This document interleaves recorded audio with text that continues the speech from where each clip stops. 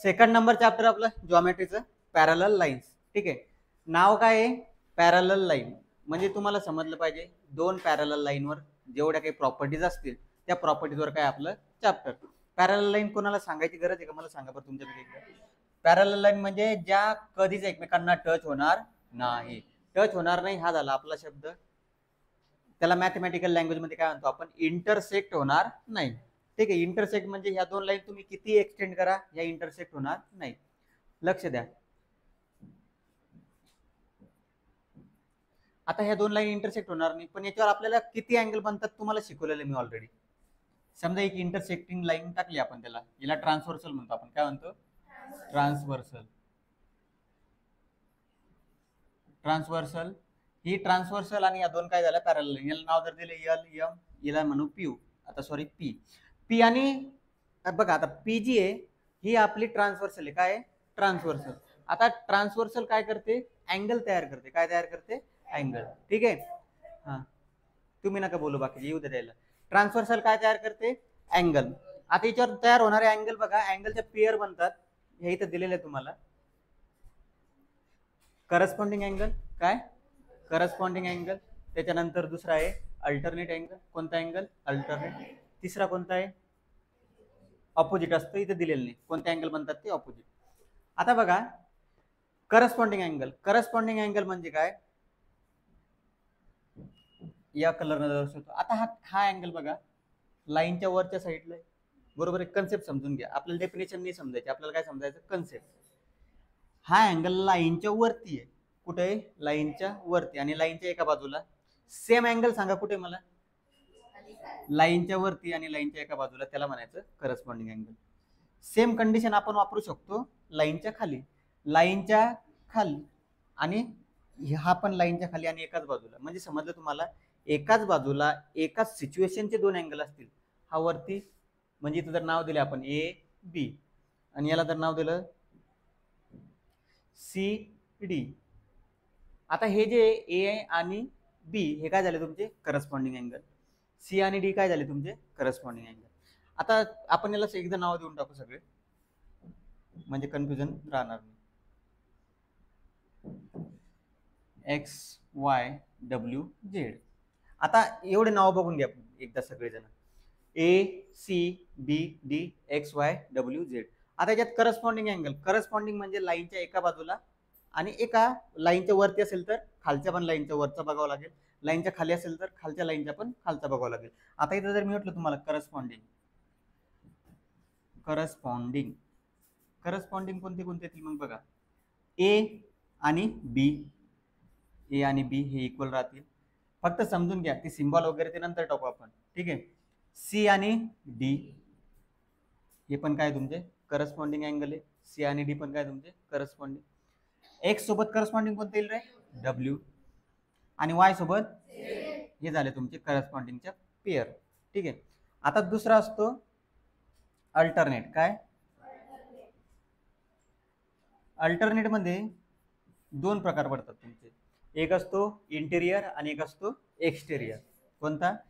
Exterior आणि दुसरा interior. Exterior आणि इंटेरियर. ते एक्सटेरियर आणि इंटेरियर मध्ये तुम्हाला फक्त एवढं समजायचंय, एक्सटेरियर म्हणजे लाईनच्या बाहेरचे दोन पॅरलल लाईन आहे, ह्या दोन पॅरलल लाईन आहे. इंटेरियर म्हणजे काय? या दोन लाईनच्या मधातले. आणि एक्सटेरियर म्हणजे काय? लाईनच्या बाहेरचे. आता या दोन लाईनच्या मधातले अल्टरनेट. अल्टरनेट म्हणजे एक या बाजूचा तर एक या बाजूचा. सोपं येते. इंटेरियर म्हणजे मधातले. अल्टरनेट म्हणजे काय? इंटिरियर अल्टरनेट असं नाव आहे त्याला. Alternate interior alternate exterior. Alternate म्हणजे काय? एक या बाजूचा राहील तर एक या बाजूचा. आणि त्याच्यात जर इंटिरियर शब्द जोडला तर फक्त कोणते घ्यायचे? आतले. आणि एक्सटेरियर शब्द जोडला तर कोणते घ्यायचे? बाहेरचे. आता बघा कसं. इंटेरियर आहे. कोणता आहे? इंटेरियर. मग आतल्या बाजूचा एक कोणता आहे? सी. आणि दुसरा काय राहील? डब्ल्यू. झाला अल्टरनेट. सीचा अल्टरनेट कोण झाला? डब्ल्यू. इंटेरियर म्हटल्यामुळे दोन लाईनच्या मधातले येतील. परत इंटेरियरची पेअर कोणती? दुसरी वाय आणि बी. ही झाली इंटेरियरची दुसरी पेअर. आता एक्सटेरियर म्हणजे लाईनच्या बाहेरचा. एक या साईडचा तर दुसरा या साईडचा. काय येईल? ए आणि झेड. मग परत कोणता येईल? एक्स आणि डी. एक्स आणि डी हे झाले इंटेरियर. समजलं? हे दोनच महत्वाचे आपल्यासाठी. खुश झाला का अँगल बघून? दात काढून राहिला. इकडे लक्ष दे. C is equal to W आणि Y is equal to B. ठीक आहे, समजून घ्यायचं कन्सेप्ट आरामशीर. समजलं तुम्हाला? काही प्रॉब्लेम? कळालं? हां, हे झाले दोन अँगल. ठीक आहे, आता एक मिनिट तेवढं काढून घ्या भरती डायग्राम. हा बघा, समजलं का? पॅरलल लाईन्स काय अँगल कोणते बनतात? करस्पॉन्डिंग. करस्पॉन्डिंग समजले? लाईनच्या एका बाजूला वरचा असेल तर खालचा पण वरच्या बाजूचा बघायचा, वरच्या बाजूचा खालचा असेल तर खालच्या लाईनच्या पण. म्हणजे बघा एक गोष्ट समजा तुम्हाला, दोन पॅरलल लाईन आहे का नाही, एक लाईनच्या वरच्या बाजूला असेल तर दुसरा पण लाईनच्या वरच्या बाजूला राहील, लाईनच्या खालच्या बाजूला असलं तर दुसऱ्या लाईनच्या खालच्या बाजूला. हे झाले करस्पॉन्डिंग. आणि अल्टरनेट सांगितले तुम्हाला दोन पॅरलल लाईन, त्याच्या मधातले कोणते झाले? अल्टरनेट. एक या बाजूचा एक या बाजूचा, सी डी हा, आणि हा एक या बाजूचा एक या बाजूचा, सेम हा एक या बाजूचा तर एक या बाजूचा. हे झाले तुमचे अल्टरनेट. आणि ऑपोजिट सरळ सरळ, ऑपोजिट म्हणजे असं साईन बघायचं. समजलं? ऑपोजिट.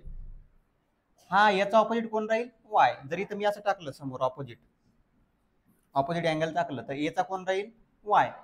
आणि एक्सचा कोण राहील? सी. एक्सचा राहील तुमचा सी. सेम बीचा ऑपोजिट झेड, बीचा ऑपोजिट झेड आणि डब्ल्यूचा ऑपोजिट डी.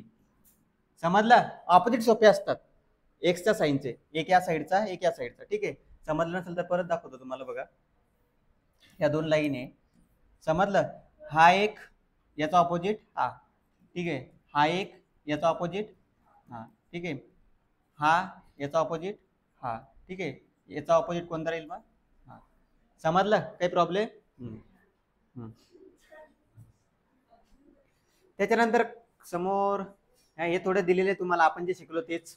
आता याच्यात दोन गोष्टी अजून सांगायच्या राहिल्या तुम्हाला, ते सांगून देतो.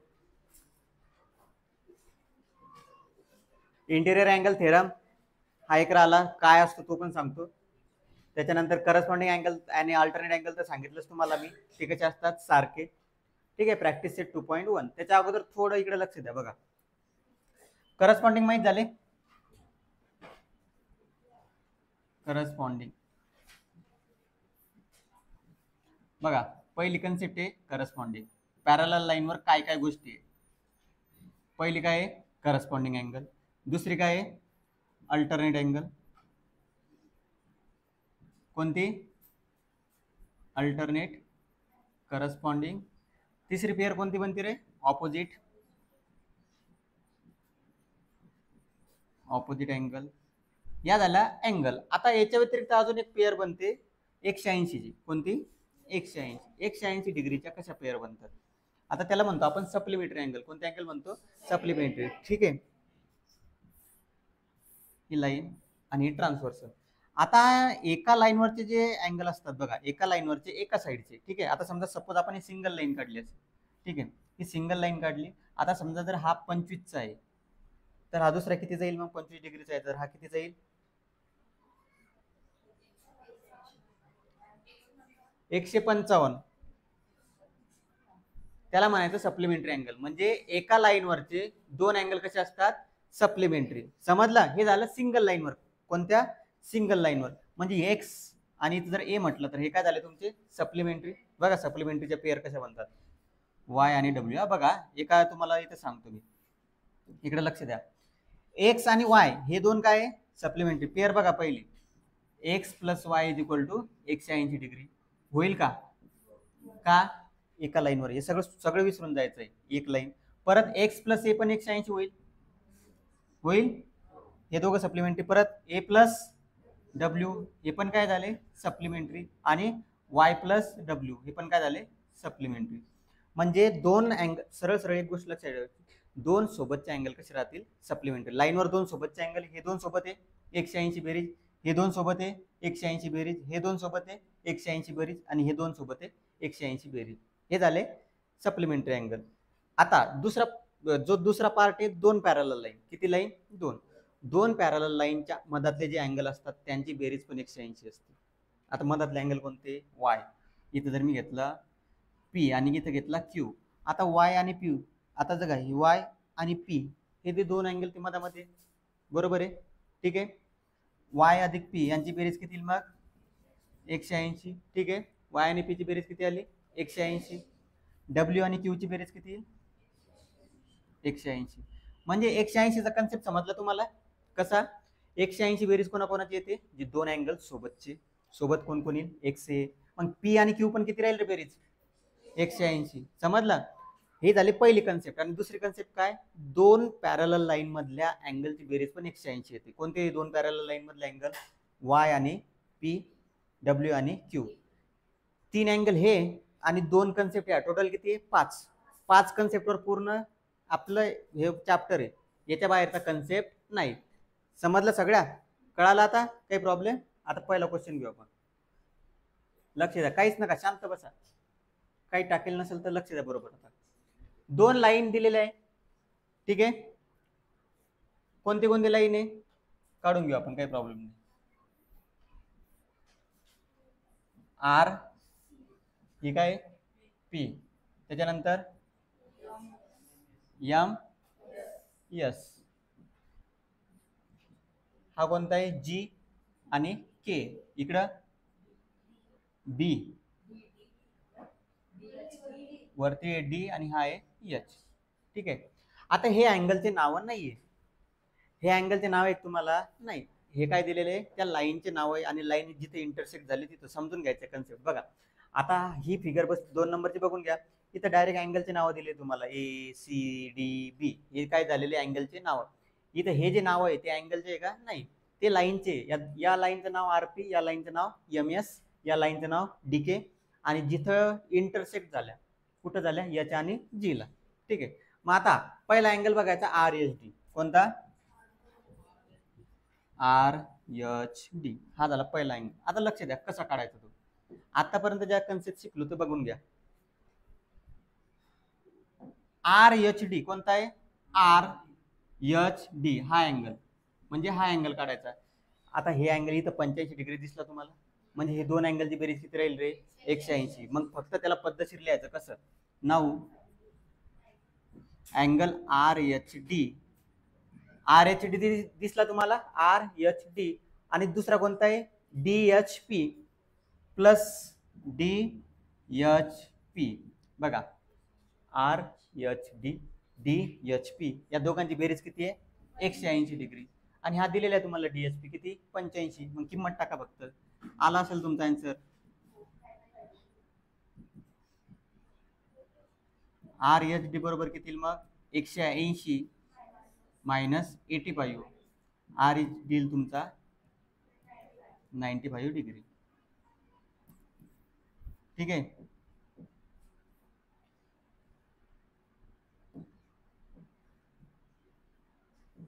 $95 डिग्री. समजलं? हा झाला पहिला. आता दुसरा काढू, पीएचजी.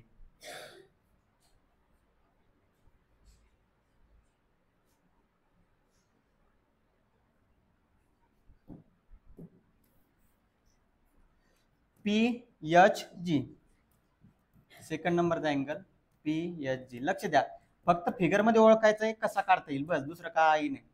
पीएचजी बघून घ्या कुठे? पीएचजी. लक्ष द्या बरं, पीएचजी कोणता काढायचा आहे? हा. बरं, हे दोन अँगलची बेरीज किती रे? 180 आहे का? बघून घ्या, ऐका. डीएचपी दिलेला आहे 85. आपल्याला काढायचा पीएचजी, म्हणजे हा काढायचा 85. हा, या दोघांची बेरीज किती? बघा, समजलं? 180. तो पण किती येणार आहे? 95 येईल.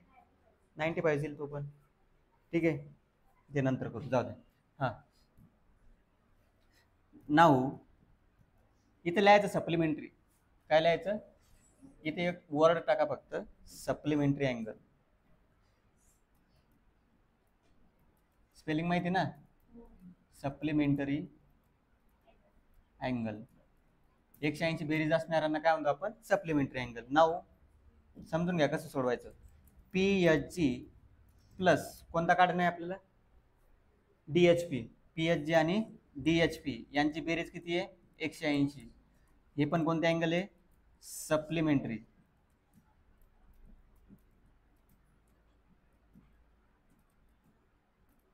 पीएचजी काढणे आपल्याला. हा दिलेला आहे 85, हा आहे तुमचा 180. PSG बरोबर किती येईल मग 180 मायनस 85 डिग्री. PSG येईल तुमचा 95. दोन अँगल आले, कळालं? ठीक आहे, हे दोन अँगल लिहून घ्या पहिले. हा बघा, अँगल कोणता काढायचा त्याच्यावर लक्ष ठेवा. आन्सर सोपं आहे. एच जी एस काढण्यासाठी दोन कंडिशन आपल्याकडे. कोणत्या कोणत्या दोन कंडिशन आहे एच-जी-एस काढण्याच्या? एक, हा अँगल काढला आपण 95, आपण हे दोन इंटरनल अँगल दाखवू शकतो, किंवा डायरेक्ट तुम्ही हे दाखवू शकता का करस्पॉन्डिंग आहे म्हणून. DHP कोणाला करस्पॉन्डिंग आहे? एच-जी-एस ला. कसं बघा, हे आता फर्स्ट एक्झाम्पल आहे म्हणून तुम्हाला लवकर गोष्टी क्लिक नाही होणार, हळूहळू गोष्टी रिकॉल होतील की ऑपोजिट कधी येईल, अल्टरनेट कधी येईल, करस्पॉन्डिंग कधी येईल, 180 बेरीज कधी घ्यायची. थर्ड नंबरचा अँगल एच-जी-एस. सांगा एच-जी-एस कोणाचा करस्पॉन्डिंग आहे सांगा बरं? DHP. काय लिहाल? Corresponding angle. फक्त बघा, या चॅप्टर मध्ये तुम्हाला असं नाव टाकणे की तुम्ही ते दाखवलं कशावरून दाखवलं? Corresponding angle. झालं आन्सर. किती येईल? 85. किती आला? काय अवघड? लास्ट वाला सांगा बरं, MGK कसा येईल? 85 येईल का? बर, हा इकडे लक्ष द्या. MGK. बघा पोरं, अभ्यास पाठ करून नसतात करत, लक्षात ठेवायचं की कसं चालू आहे. बघा, तुम्ही जर पाठ केलं डायग्राम बद्दल वेळेवर तर मग बरोबर आहे ना. डायग्राम बद्दल तर काय, त्याच्यासाठी काय करायचं? लक्षात ठेवायचं 180 बेरीज पॉसिबल आहे का, हा करस्पॉन्डिंग दिसतो का, हा अल्टरनेट दिसतो का. आता तुम्हाला काढायचा MGK. हा कोणाचा अल्टरनेट आहे रे? DHP चा अल्टरनेट आहे ना, एक्सटेरियर. आठवतं का? DHP चा काय येतो? अल्टरनेट. किंवा आपण आता एच-जी-एस काढला, का नाही? इकडे बघा, तुम्हाला आता समजेल. हा एच-जी-एस काढला का नाही?